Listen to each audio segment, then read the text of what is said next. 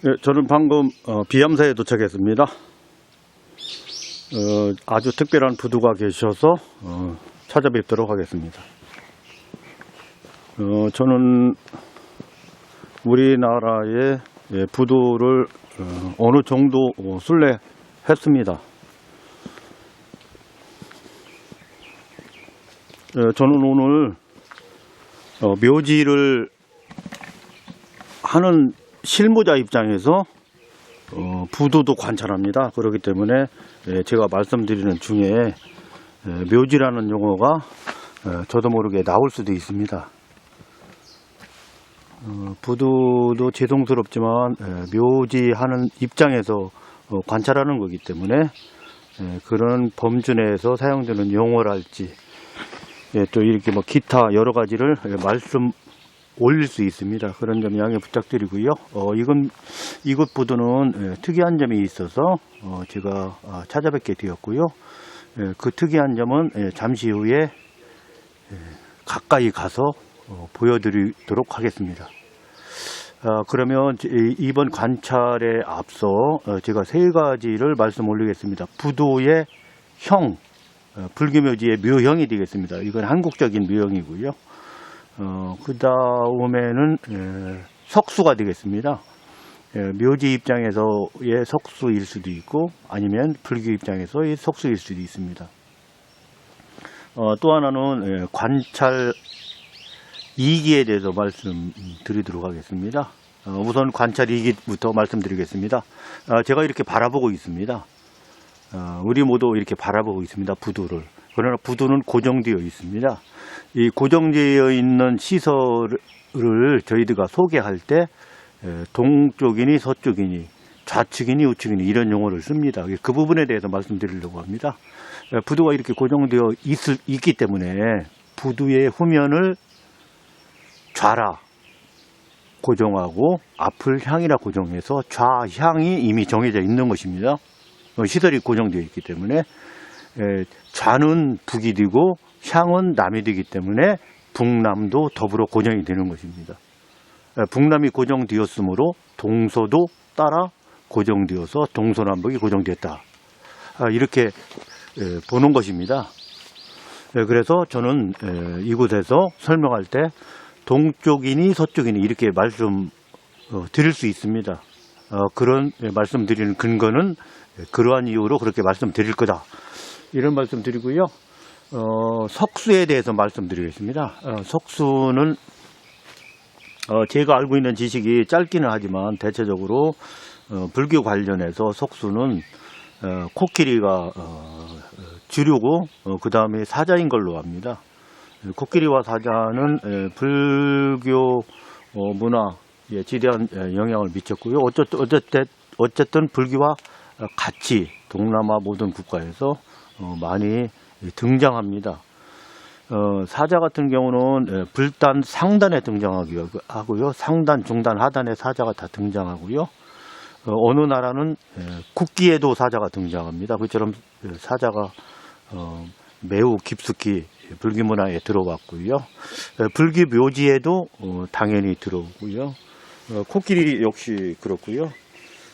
석수는 대체적으로 불단을 포함해서 입구랄지 아니면 동서남북이랄지 수호 개념 또는 길복 개념으로 이렇게 들어와 있다. 해서 불교의 상징수 하면은 코끼리, 사자 또는 민속 문화를 융합한 해치 같은 뭐 이런 종류들이 있을 수 있겠습니다. 또 불교에서 융합해서 사용하고 있는 석수 중에 제가 이제 일명 민속수라고 하는데 민속수이긴 하지만 불교에서 사용했던 석수들이 있습니다. 그 부분은 범도 불교 문화에 많이 들어와 있고요. 도룡뇽이나 다람쥐 같은 뭐 이런 민속수들도 들어와 있습니다. 그런 부분을 제가 우리나라 부두순례를 하면서 조금 느꼈던 부분은 미왕사가 좀 특이했던 것 같아요. 제 기억으로는. 그곳에서는 이제 바다 동물, 육지 동물, 하늘 동물 이렇게 미왕사에 계셨던 것 같습니다. 그래서 그때 미왕사의 부두전을 순례하면서 제가 많이 공부를 했던 기억이 있습니다. 또 하나는 법부사찰 해인사의 화대가 조금 인상 깊었던 것 같습니다. 해인사는 잘 아시는 것처럼 민속 문화를 많이 융합한 사찰입니다. 해인사가 요소요소마다 그런 흔적들이 남아 있어서 제가 좀 감명 깊게 둘러보았던 기억이 있지만, 그 중에도 화대가 인상 깊었고요. 그 화대가 오늘 보여지는 부도에 탑재되어 있는 석수를 화대에 탑재하고 있었습니다. 그래서 오늘 여러분들께 우리나라에 그렇게 간간히 등장하는 석수이면서도 흔하지는 않은 설정, 그러니까 매우 귀할 수도 있는 설정의 부도를 제가 소개해 드리려고 합니다. 이 부분은 제가 100%를 마스터 못했기 때문에 또 있을 수 있겠으나, 있다 손 치더라도 흔한 설정은 아니다. 아주 없는 설정도 아니지만 그렇다고 흔한 설정은 아닌 석수가 등장한, 석수를 배치시킨 부도가 계시다, 이런 말씀을 드리고요. 부도의 묘형을 말씀드리면, 우리나라는 동남아 국가 중에서 조금은 다른 유형을 가지고 갑니다. 대체적으로 중국에서 유래해서 저 멀리 태국까지 타평입니다. 모든 나라가. 우리나라도 큰 틀에서 타평이고요. 소분류, 중분류 하면 타평 중에서도 종을 올리면 석종 타평이 되겠고요. 아니면 5층이면 오륜 타평이 되겠고요. 3층이면 3륜 타평이 되겠고요. 어쨌든 종을 모신다고 해서 종영이다 이렇게 보는 것보다 타평 범주에 석종 타평도 들어가는 것이다, 이렇게 보는 것이 맞을 것 같아요. 칠륵사, 나홍선사 부두를 보더라도 종만 계시는 게 아니라 타평식으로 싸서 종을 올렸거든요. 그래서 어쨌든 부두는 타평이거든요. 동남아 예를 보면 그것이 확실히 알 수 있는데요. 동남아는 관도 탑이고요, 타평이고, 그 다음에 상여도 타평이고요, 다비 시설도 타평이고요, 묘지도 타평이거든요. 이곳이 묘지라고 볼 때 이것도 타평이다. 1층을 2층, 3층 싸면 3층 탑이고요. 5층으로 싸면 5륜 탑이고요. 뭐 이렇게 타평 범주다, 이렇게 보시면 될 것 같고요. 3층일 때는 하륜부, 중륜부, 상륜부가 계시는데, 하륜부는 지대석으로 쓰고요. 중륜부가 중요한 부분입니다. 하나의 부도가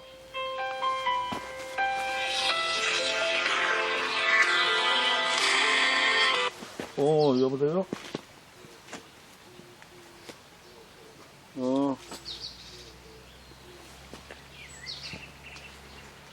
예, 중륜부가 매우 중요한 곳이죠. 사리를 모시는 곳이기 때문에 중륜부를 포함해서 전체가 3층이든 4층, 5층이든 7층이든 간에 하나의 완성체가 우주를 뜻합니다. 우주를 뜻하기 때문에 음양으로 설명 올리면 음양이 다 들어가 있는 거죠. 하나의 완성체 속에는 음도 있고 양도 있어. 우주라는 것은 그렇게 살아서 원운동을 하는 것이기 때문에 그와 더불어서 지금 찾아빈 부도는 조금은 색다른 설정을 하고 있다, 그런 말씀을 드리면서 한번 가까이 가보도록 하겠습니다.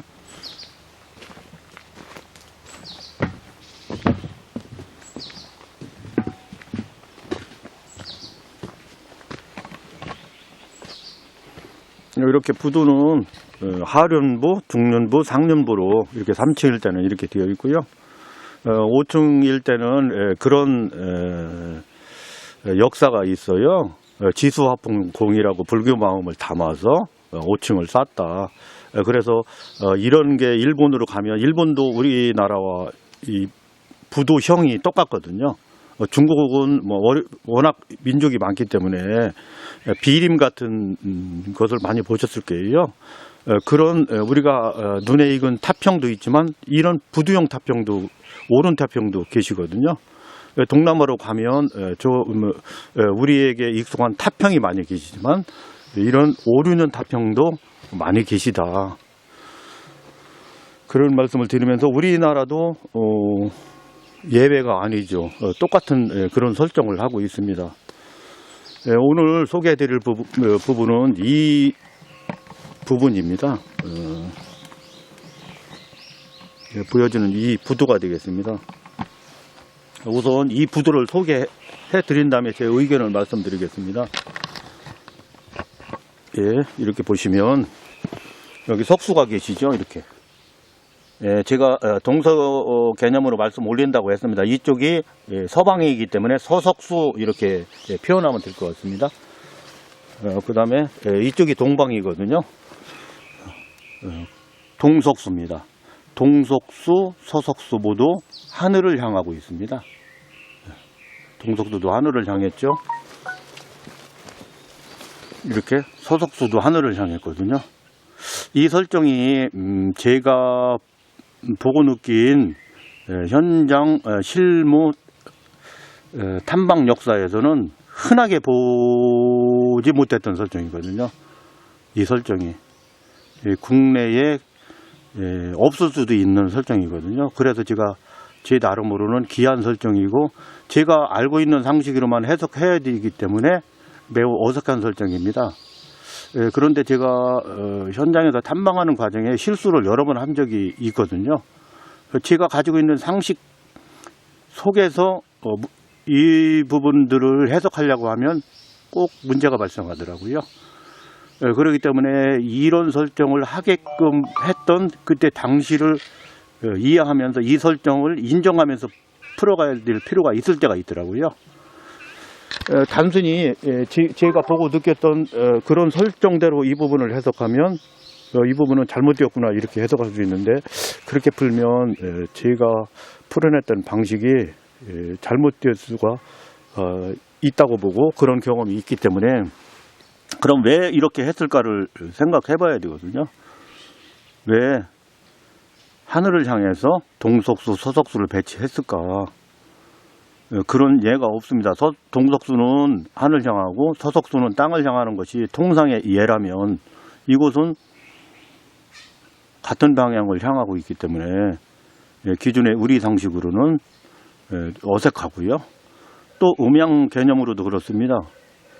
음양이 이 부분에 음양으로 배치를 해야 하나는 양석수, 하나는 음석수가 되어야 이 부도가 우주라고 말할 수 있을 건데 같은 방향으로 갔기 때문에 그렇게 해석하기도 어렵고 저렇게 해석하기도 어려운 아주 난처한 설정을 하고 있어요.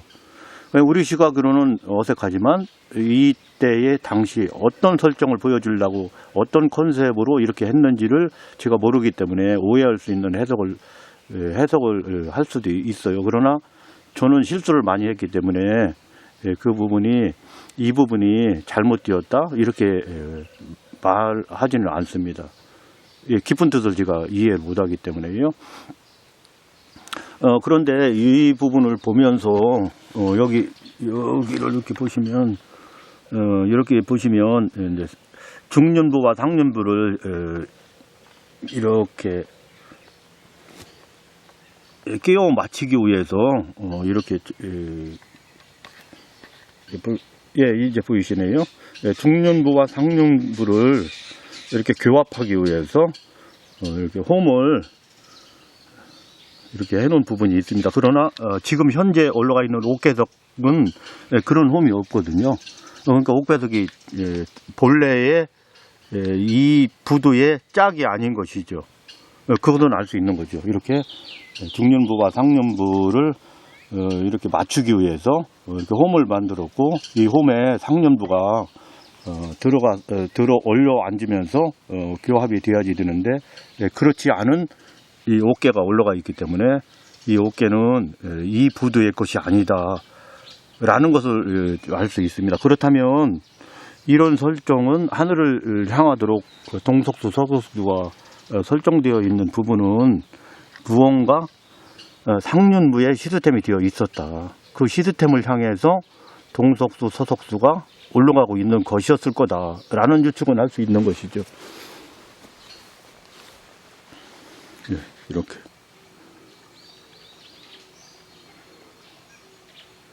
그렇게 풀어내는 것이 합당한 것이다. 이때에 이 컨셉을 잡았던 그 마음, 여기에 또 실제로 실현했던 이 연출 방법, 연출 방식, 이런 부분을 볼 때 상륜부에 무언가 시스템이 있었을 것이다. 뭐 용상이 올라갔든지 무슨 시스템이 있을 것이다. 이 동속수, 서속수가 그 시스템을 향해서 가고 그 시스템은 그 기운을 받아서 하늘로 갔을 것이다. 불교에서 말하면 뭐 극락이 되겠죠. 극락으로 갔을 것이다. 그렇다면 그 극락은 뭐 연화가 올라가 계실 수도 있고요.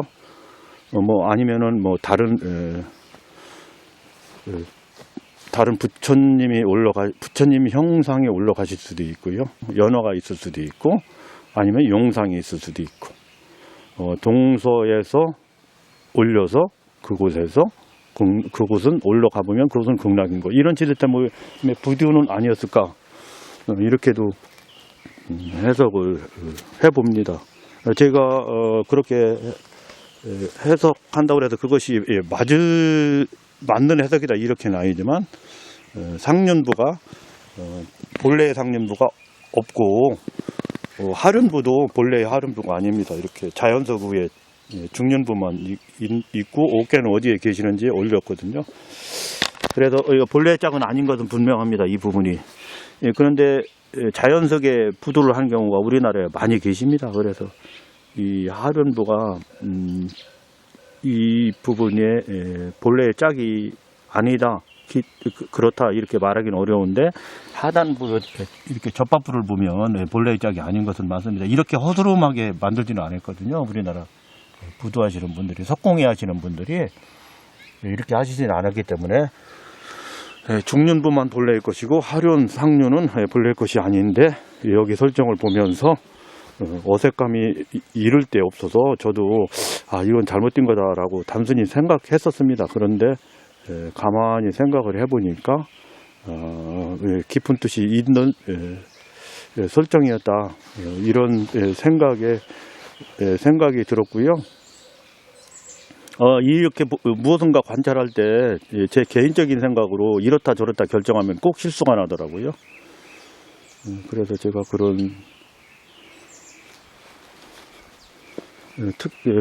그렇게 생각을 정리하면서 저로서는 매우 특별한 부두라고 생각되어서 소개 말씀을 해드립니다.